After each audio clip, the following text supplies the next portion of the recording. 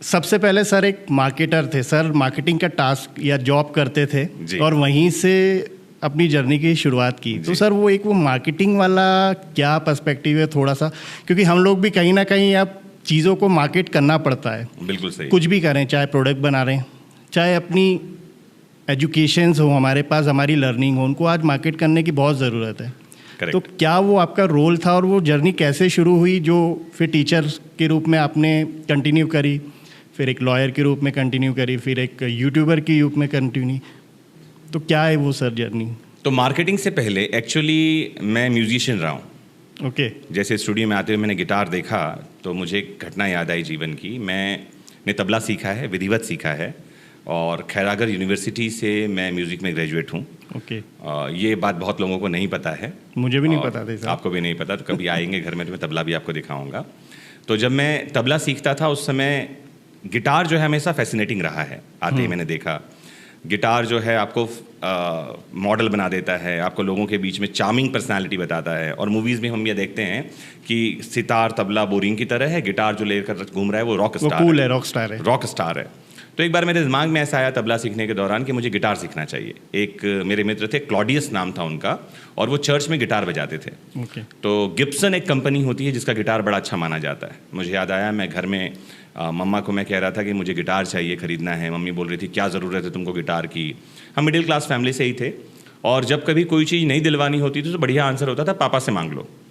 शायद हम सबके घर में ऐसा ही होता रहा, पापा से पूछो। और पापा से पूछने की हिम्मत ही नहीं होती। उस दिन पता नहीं क्या हुआ, पापा बैठे थे, मेरी हिम्मत हुई और मैंने कहा कि पापा गिटार खरीदना है। पूछे कितने में आएगा? मैंने कहा 2000 तक आ जाएगा। ये ले, जेब से निकाल कर दे दिया। तो मैंने गिटार भी सीखा है, मैंने तबला सीखा है, मैंने माउथ ऑर्गन सीखा है, मैंने हारमोनियम सीखा है। तो ये मेरी लाइफ का एक पड़ाव, एक पहलू ये भी है। मार्केटिंग जो है ये स्टार्ट हुआ बहुत बाद में आने के बाद, मतलब ICICI प्रूडेंशियल जो एक कंपनी है वहाँ से मैंने अपना काम स्टार्ट किया था। मैं ICICI प्रूडेंशियल में लीगल एग्जीक्यूटिव रहा हूँ। इंडिया इन्फोलाइन फाइनेंशियल लिमिटेड एक कंपनी है जहाँ पर मैं सेल्स का भी काम मैंने किया है। बजाज कैपिटल और इंडिया इन्फोलाइन 2 बड़ी कंपनियाँ हैं जहाँ पर मैंने ट्रेनिंग, सेल्स और मार्केटिंग तीनों देखा है। आलमंड्स ग्लोबल सिक्योरिटीज़ एक बड़ी कंपनी है, मुंबई बेस्ड है, जो शेयर ट्रेडिंग और इंश्योरेंस ट्रेडिंग करती है। वहाँ भी मैंने काम किया है, वहाँ भी सेल्स, मार्केटिंग और ट्रेनिंग मैंने देखा है। ओके। और जब कौटिल्य एकेडमी हमने स्टार्ट की यहाँ पर, जब मैं फुल टाइम आया, तो marketing is a part of your life. मुझे अब ऐसा लगने लगता है कि आप किसी चीज़ को नहीं बेचते। When you are representing yourself in front of someone, आप अपने आप को भी मार्केट कर रहे होते हो। बिल्कुल। क्योंकि आज की डेट में कहा जाता है जो दिखेगा वो बिकेगा। ये बात और है कि पैकेजिंग अलग अलग तरह की हो सकती है।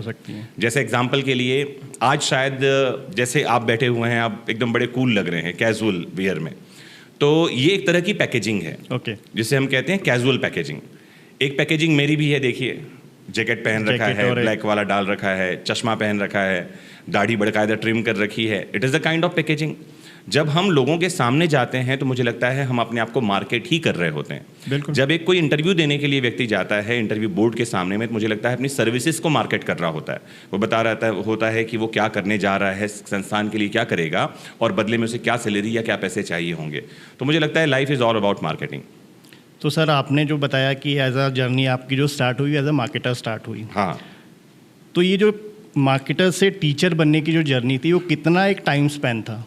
तो मतलब कितने सालों तक आपने ये लगातार काम किया था? तो मुझे ऐसा लगता है कि मैं बहुत सारे काम, एक वर्ड आपने शुरू में यूज़ किया कि आप मल्टी डायमेंशनल पर्सनालिटी हैं।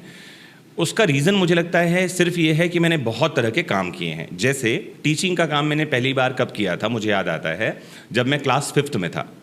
और हमारे एक टीचर हुआ करते थे, क्लास टीचर, जो मैथमेटिक्स पढ़ाते थे, और उनको मुझसे बड़ा प्रेम था। तो वो क्लास में आते थे, कहते थे ये वाला सवाल मोहन समझाएगा।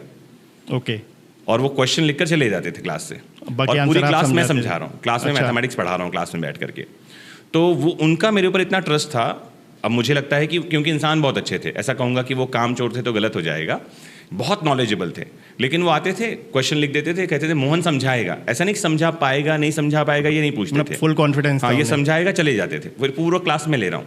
तो मुझे लगता है वहाँ से मेरी पढ़ाने की जर्नी स्टार्ट हुई। फिर मैंने जब क्लास 12th में था तो मैंने घर पर ही एक कोचिंग इंस्टीट्यूट ओपन किया था, उसका नाम था MM ट्यूटोरियल्स, जहाँ मैं मैथमेटिक्स, फिजिक्स और केमिस्ट्री पढ़ाता था। MM मेरे नाम से ही आता है, लेकिन मैं बच्चों को कहता था इसका मतलब है मास्टरमाइंड। तो मास्टरमाइंड ट्यूटोरियल्स, ऐसा घर के पीछे ही हमने कोचिंग रूम बना लिया था। वहाँ एक वाइट बोर्ड लगाया हुआ था, वहाँ मैं फिजिक्स, मैथमेटिक्स और केमिस्ट्री पढ़ाता था। जब मैं 12th पास हुआ और बीएससी करने लगा, तो बीएससी के समय छत्तीसगढ़ में एक जगह है जहाँ वीना नाम का एक चर्च है, और वहाँ पर मैं फादर्स की ट्रेनिंग होती थी। जो बच्चे आगे जाकर फादर बनेंगे, चर्च में बिशप बनेंगे, उनकी ट्रेनिंग होती थी। और उन बच्चों को फिजिक्स, केमिस्ट्री, मैथमेटिक्स और म्यूजिक, ये 4 चीज़ों की ट्रेनिंग मैं देता था। आप देते थे? तो मैं बीएससी कर रहा था, और 11th 12th के उन लोगों को जो कि आगे चल के फादर बनने की ट्रेनिंग लेने वाले हैं, उसमें कुछ बड़े लोग भी होते थे जिनकी पढ़ाई पूरी हो चुकी है, उन लोगों को पढ़ाता था। तो मुझे लगता है धीरे धीरे ये पार्ट ऑफ लाइफ ट्रांसफॉर्मेशन होता गया। फिर जब मैं प्राइवेट सेक्टर में आया तो मैंने मार्केटिंग और सेल्स के साथ में ट्रेनिंग को अपना जीवन का पार्ट बनाया था। मतलब मैंने बहुत सारे ट्रेनिंग अटेंड किए, मुंबई में, गोवा में, शिमला में, लगातार ट्रेनिंग, दिल्ली में ट्रेनिंग होती थी। और मुझे लगता था कि ट्रेनिंग एक ऐसी चीज़ है जो इंसान को शार्प करता है। सीखना, जैसे आप वर्ड यूज़ आपने किया कि आप सीख रहे हैं, मैंने कहा मैं सीख रहा हूँ। कई बार लोग होता है, लोग ट्रेनिंग में जाना नहीं चाहते, बिल्कुल, या जाते हैं तो इंटरेस्ट लेते नहीं हैं, लेते ही नहीं है। जाते हैं तो बोर हो रहे होंगे, या उनको लगता है कि वो खाना खाकर निकल जाएं। ट्रेनिंग का मतलब बाद का खाना ही हो गया। हाँ, मतलब एक्स्ट्रा करिकुलर एक्टिविटीज़ हो गई ट्रेनिंग का मतलब आज की तारीख में। एग्जैक्टली। और मुझे लगता है ट्रेनिंग ही एक ऐसी चीज़ है जहाँ बहुत सारे लोगों से बहुत कुछ सीखते हैं, और सीखते रहना जो है वो बहुत ज़रूरी है।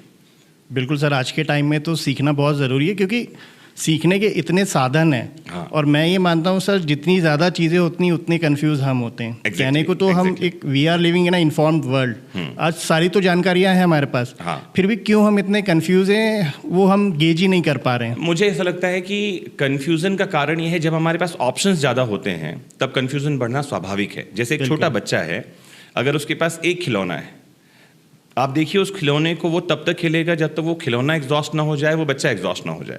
डेफिनेटली। लेकिन प्रॉब्लम उनके साथ में है जिनके पास में एक से ज़्यादा खिलौने। ऐसे बच्चों को देखिए, अगर आपके घर में छोटे बच्चे हैं और आपने उनको 10-12 खिलौने दे दिए हैं, वो बच्चा किसी एक खिलौने से नहीं खेलता। थोड़ी देर खेलेगा, दूसरे पे जंप कर जाएगा, थोड़ी देर खेलेगा, तीसरे पर जंप कर जाएगा। ना तो उसका फोकस बन रहा है, ना ही वो उस खिलौने के साथ एग्जॉस्ट हो रहा है, ना ही वो उससे कुछ सीख रहा है। उसके जीवन में एक चीज़ बढ़ रहा है, कन्फ्यूज़न। यही हम बड़ों के साथ भी हो गया है। हम अगर यूट्यूब पे एक चीज़ सीखने जाना चाहते हैं, फॉर एग्जांपल कोई गिटार सीखना चाहता है, यूट्यूब पे चला जाए, गिटार कैसे सीखें डाल दें, वहाँ पर में कैप्शन में सर्च इंजन दबाए, 50 तो ऑप्शन निकल आएंगे। नाउ क्योंकि उसके पास 50 ऑप्शन है, ना तो वो यहाँ सीख पा रहा है, ना वो वहाँ सीख पा रहा है, वो बस जंप कर रहा है। वो डिलेमा में कि ये सीखूं कि ये सीखूं, ये सीखूं कि ये सीखूं, उस चक्कर में टाइम निकलता जा रहा है।